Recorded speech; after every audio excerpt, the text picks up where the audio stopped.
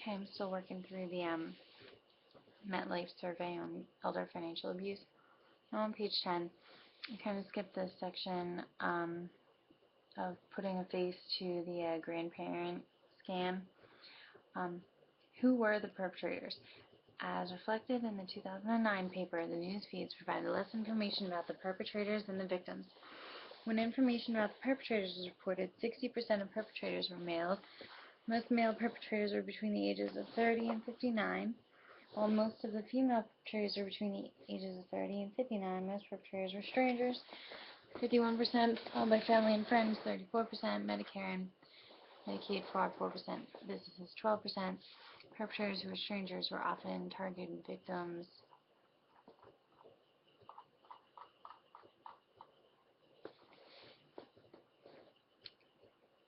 um, because they had a handicap on their cars, a walking cane, they were confused, they were easy targets for purse snatching or other physical assaults. Trusted helpers included caretakers, handymen, friends, sweethearts, children, lawyers, and others who seized upon opportunities to forge checks, steal credit cards, pilfer bank accounts, transfer assets, and generally decimate elders' financial safety nets. Manhattan businessman, this is 2010 in the CBS New York .com. A Manhattan businessman has been charged with grand larceny, forgery, and other charges after stealing $330,000 from a 98-year-old semi-retired lawyer.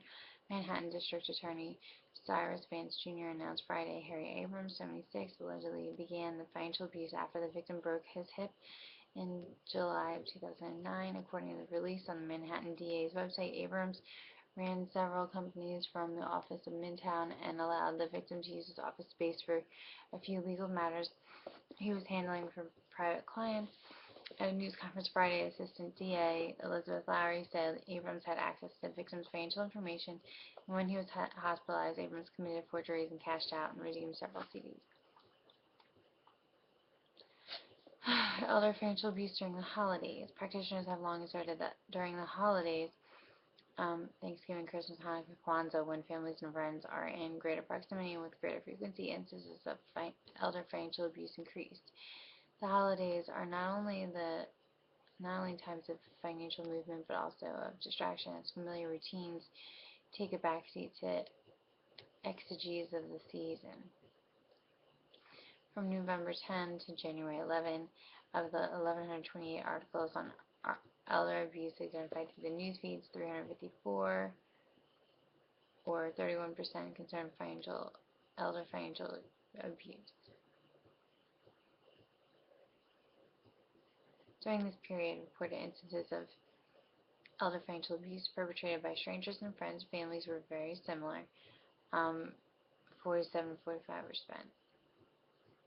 Dollar losses due to family, friends, and neighbor perpetrators were higher overall than for any other category, likely owing to sheer numbers of instances. However, the average number of dollars lost per individual instance was highest from business purchase perpetrators. You have the same table again. News Channel 8, Tampa, Florida, investigations say, and this is December 29, investigators say Asian infirmity made her the perfect target. Two water purification salesmen were under arrest, accused of taking $137,000 from an 88-year-old woman for filtration equipment valued at no more than a few $100.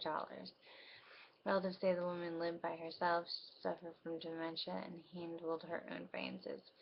By her own account, her door and checkbook stayed open for charities and artists alike.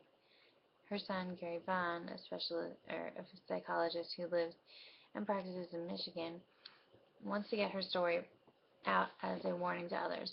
She doesn't even know what she was sold. Van says the arrest report says bank records show that she also wrote checks to him time and time again, amounting to at least $23,000. Holiday crimes are somewhat unique. 27% of cases were random, predominantly single event crimes, accounting for relatively small monetary rewards, as opposed to 12% of these types of crimes occurring in spring of 2010 and 3% reported in 2008 news feeds. This segment of crimes was also characterized by a high level of brutality and disregard for human life. For cash, jewelry, and other relatively minor household items, many older adults during this time period lost their jobs, lost their cherished independence, and or reported a pervasive fear that persisted long after isolated traumatic events. The scenarios of these robberies reveal losses that cannot be captured in numbers. An 87-year-old woman who had never been intimate with anyone other than her husband was violently raped and sodomized by a juvenile in her own home. The 80-year-old man beaten and killed with a hatchet for just over $500 by the 37-year-old woman and her friends who befriended him. A fully independent 78-year-old woman beneath her with a beaten her with a metal bar during a robbery, an event that left her blind and forced her to move into a nursing home. A woman electrocuted with a stun gun and robbed after letting in someone she thought was a pharmacist delivering much-needed medications for her ailing husband. The 68-year-old woman who had to have her face rebuilt with metal plates after being brutally attacked in her driveway for the paltry amount of money in her purse. The holiday news feeds offer numerous examples of these extreme and tragic cases.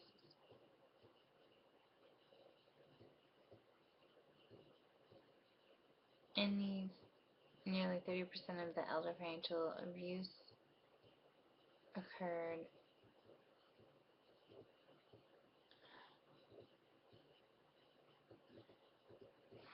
in these nearly 30% of elder financial abuse cases reported in the holiday newsfeed. Victims were robbed of far more than material possessions.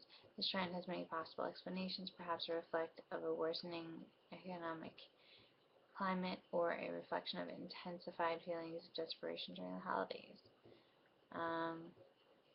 Whatever the underlying causes of the time the period began,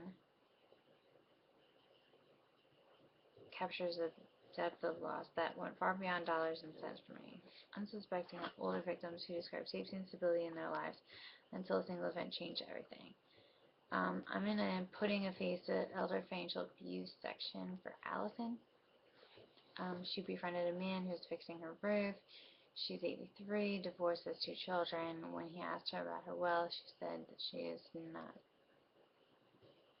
great. She has high blood pressure and hypertension, which have led to kidney problems, which she needs dialysis. Allison lives on less than $900 per month and receives benefits from Medicaid, Medicare.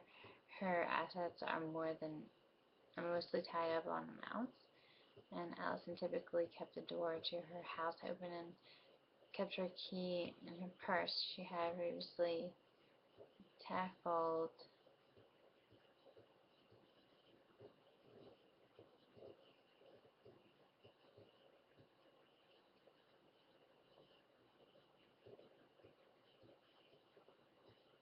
I'm falling asleep, so I'm going to have to break/stop.